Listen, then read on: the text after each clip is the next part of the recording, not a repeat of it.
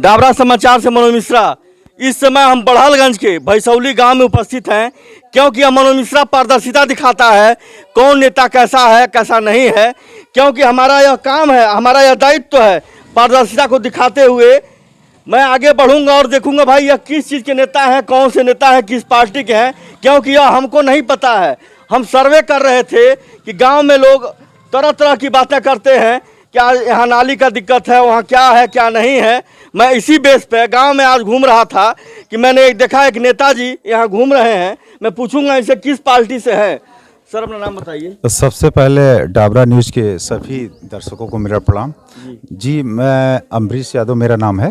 किस पार्टी से हैं सर? जी मैं पीस पार्टी का जो उम्मीदवार है यहाँ बड़हलगंज नगर पंचायत का, नीलू यादव, धनंजय यादव, मैं उन्हीं का जो है प्रतिनिधि हूँ।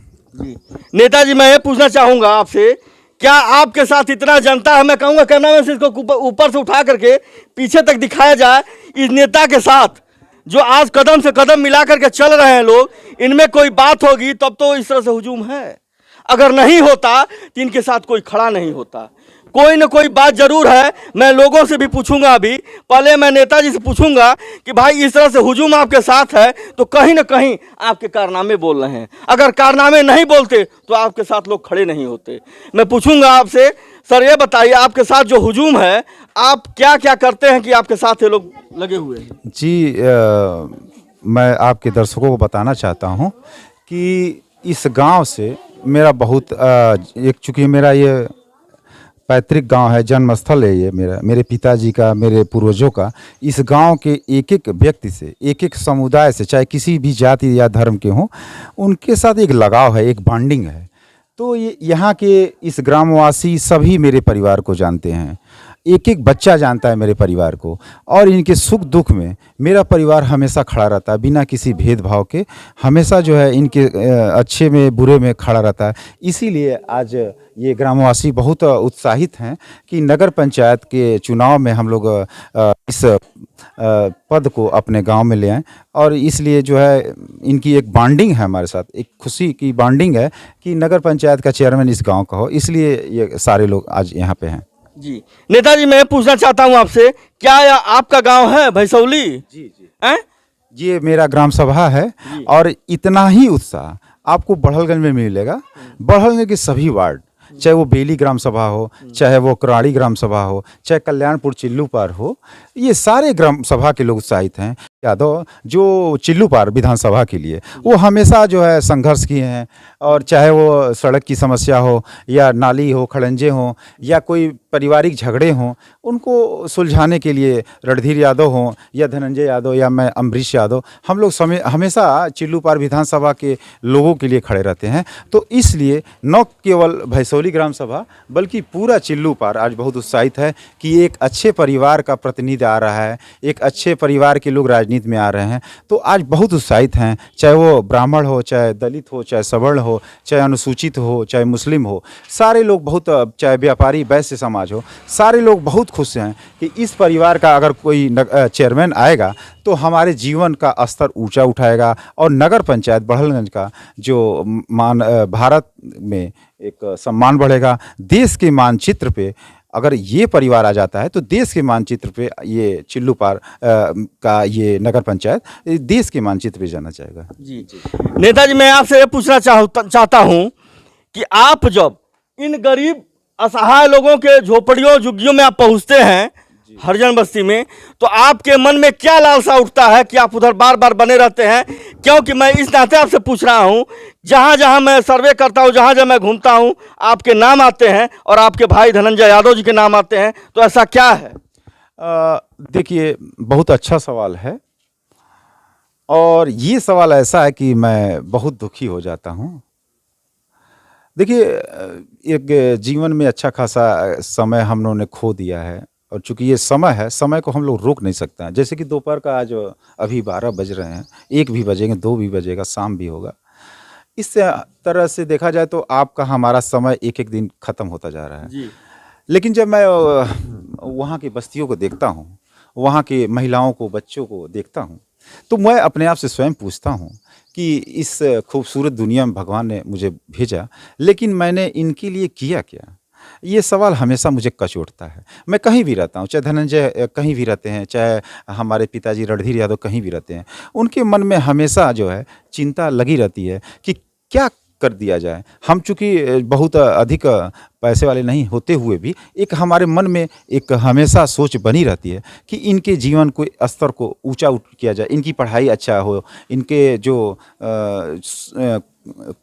कमजोरियां हैं दूर किया जाए, जो इनके परेशानियों का वजह है उसको सॉल्व किया जाए। तो मेरे पिताजी या हम लोग हमेशा लगे रहते हैं। और ये सही बात है कि जिन बस्तियों के बारे में आपने पूछा, उन लोगों ने मुझे भी बहुत कुछ दिया है। और वो हमारे कभी मकान बनाए हैं, कभी मेरे भट्टे पे काम उन्होंने किया है, कभी हमारे यहाँ जो है अनाज पहुँचाए हैं। तो हर समुदाय का एक ऋण है, यहाँ की हवाओं का भी ऋण है। जो दूध एक किसान है वो भोर में 4 बजे उठता है और अपने आलस्य को त्यागता है। जब कोई 4 बजे नहीं सोता है, नहीं उठना चाहता है, उस समय वो पशुपालक उठ के चारा डालता है, खिलाता है। और एक व्यापारी है, वो समोसा जो है उठ के 4 बजे से आलू मैश करके वो तैयार करता है और हम जाके लेते हैं। वो दिन भर वहाँ पे खड़ा रहता है।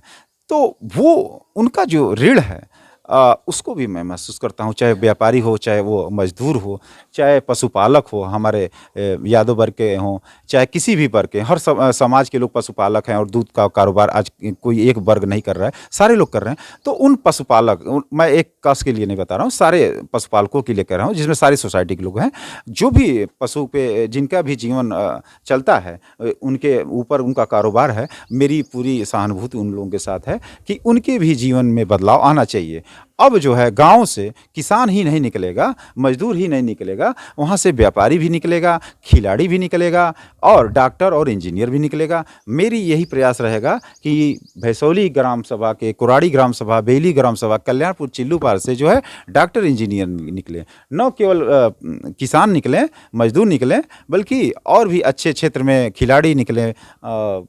जी, खिलाड़ी और व्यापारी हर सेक्टर में जहां उनकी रुचि है वहां जाएं और हम उसमें मदद करेंगे। जी, इसी बीच में यहाँ पे उपस्थित हैं बुजुर्ग भी, मैं उनसे भी पूछूंगा क्या नेताजी जो कह रहे हैं यहाँ सही है कि नहीं है। हमारे बीच में एक बुजुर्ग हैं, मैं इनसे पूछूंगा।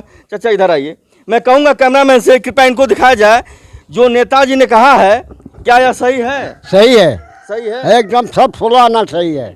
जो भी आपके सुख दुख में या हाजिर रहते हैं? हाँ, हमेशा रहते हैं। चलिए ठीक है। इसी बीच में यहाँ भी है एक भाई साहब, मेरे चाचा जी, जो मैं इनसे पूछूंगा, जो नेताजी ने कहा है क्या सही है? जो कुछ कहें सही है। सही है, ये हमेशा सुख दुख में आपके हाजिर रहते हैं? हाजिर हैं। क्योंकि मनोज मिश्रा चाहता है हमेशा निरंतर बना रहता है पारदर्शिता को दिखाना।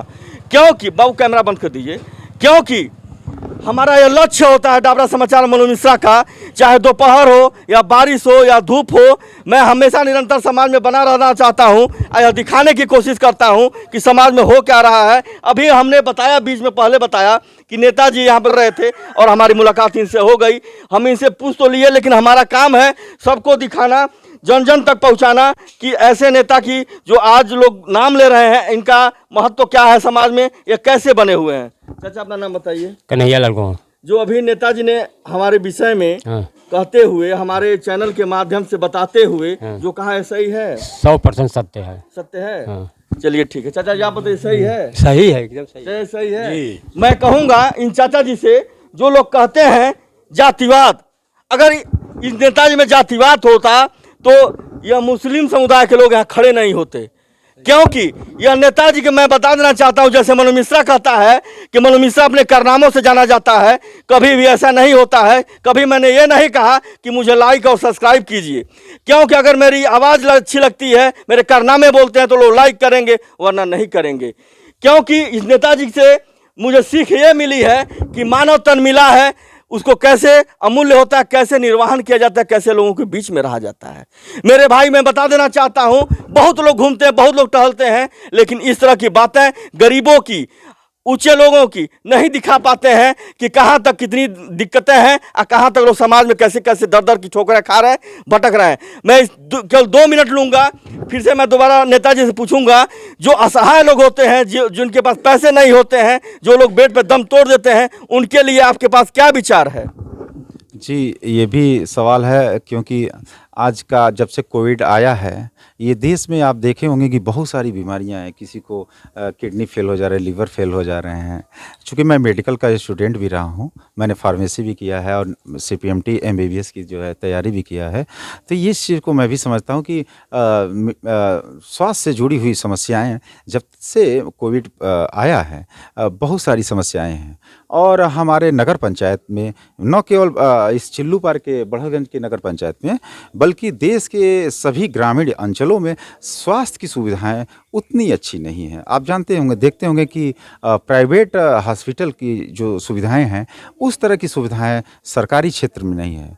हम चाहेंगे कि हमारे नगर पंचायत में मोहल्ले में बच्चे शिक्षित हों, स्वास्थ्य की जो है शिक्षाएं लें, जैसे कि नर्सिंग है, पैरामेडिकल्स की क्लासें हैं, जैसे लैब टेक्नीशियन बने, या और भी कोई अगर आयुर्वेदिक एमबीबीएस की तैयारी करना चाहते हैं, बीएमएस करना चाहते हैं, तो उसकी तैयारी करें। अगर गांव का नागरिक, ऐसा आप जानते हैं कि गांव में ज़्यादातर बहुत आसानी से आप देखते हैं कि बीए की डिग्री सारे लोग ले लेते हैं, आप देखते होंगे। लेकिन क्या बीएएमएस की डिग्री नहीं ले सकते हैं? ये सवाल कि बीए की डिग्री सारे लोग ले लेते हैं, आप देखते होंगे। लेकिन क्या बीएएमएस की डिग्री नहीं ले सकते हैं? ये सवाल आज है। देश में क्यों नहीं आप ग्रेजुएट बनाते हो? आप कहते हो बेरोजगार हो जाएंगे, बीएमएस एमबीए, तो आप बीए की डिग्री दे के बेरोजगार करना चाहते हो, बीटेक की डिग्री दे के बेरोजगार करना चाहते हो, बहुत सारे प्रोफेशनल निकाल रहे हो, तो आप एमबीबीएस और बीएएमएस की डिग्री क्यों नहीं देते हो? जो अच्छा रहेगा वही सर्वाइव करेगा मार्केट में, जिसकी अच्छी सुविधाएं होगी, जिसकी अच्छी जानकारी होगी, उसके यहाँ लोग जाएंगे। लेकिन कम से कम स्वास्थ्य के प्रति इतने तो जागरूक होंगे ही होंगे कि स्वास्थ्य की जो है जानकारी उनको भी अपने यहाँ अवेयरनेस लाएंगे। अपने किसी भी मोहल्ले में बैठेंगे जहाँ कोई गोरखपुर का डॉक्टर जो एमबीबीएस करके ग्रामीण अंचल में नहीं आ जा रहा, लेकिन गांव का बेटा अगर डॉक्टर रहेगा तो गांव में तो बैठेगा ही, चूँकि यहीं का वो पैदा है। तो मैं चाहूँगा, एक सरकार से मेरी निवेदन भी है कि गाँव के बच्चों को आप एजुकेशन दीजिए, फ्री में दीजिए या जैसे भी दीजिए, एक अलग उनके लिए डेवलप करिए कि गाँव की बेटियाँ जो हैं वो नर्सिंग करें। मैं नहीं कहता हूँ सारे एमबीबीएस ही करेंगे, लेकिन नर्सिंग कर सकती हैं, लैब टेक्नीशियन बन सकती हैं, दाई बन सकती हैं, तो भी अवेयर होंगी। कोई ज़रूरी नहीं है कि एमबीबीएस करेंगे। हाँ, अब उसमें जो एमबीबीएस करना चाहेगा वो भी करेगा। तो अगर हमें स्वास्थ्य के क्षेत्र में अगर काम करना है, इसमें देश का नाम आगे ले जाना चाहते हैं हम लोग, पूरी दुनिया में चाहते हैं अधिक प्रोफेशनल हमारे स्वास्थ्य के हों। जैसे इंजीनियरिंग में हमारा देश बहुत सारे इंजीनियर पैदा करता है, मैं कह रहा हूँ डॉक्टर बहुत सारा तुम पैदा करो। डॉक्टर अगर बहुत सारे निकलेंगे, नर्सिंग बहुत सारे ग्रेजुएट बच्चियाँ और बच्चे निकलेंगे, तो पूरी दुनिया में हम सेक्टर, जो सर्विस सेक्टर है, उसमें एक हमारी अलग पहचान होगी। पूरी दुनिया से लोग आएंगे। आप देखते होंगे कि बैंकॉक वगैरह में लोग जाते हैं, घूमने के लिए जाते हैं और भी सेवाओं के लिए जाते हैं। उसी तरह से अगर हमारे देश में विदेश से लोग आएँ कि यहाँ पे बहुत अच्छा नर्सिंग है, देखभाल बहुत केयर बहुत अच्छा होता है, तो यहाँ पे एक तो विदेशी पैसा भी मिलेगा और बहुत सारे लोगों को रोजगार भी मिलेगा और हमारे यहाँ अवेयरनेस भी आएगा और जीवन स्तर लोगों का ऊंचा भी बढ़ेगा। जी। डाबरा समाचार से मनोज मिश्रा। इस समय मैं भैसौली का जो मैं दृश्य दिखाया हूँ, यह भैसौली का है। ज़्यादा कुछ न कहते हुए डाबरा समाचार से मनोज मिश्रा।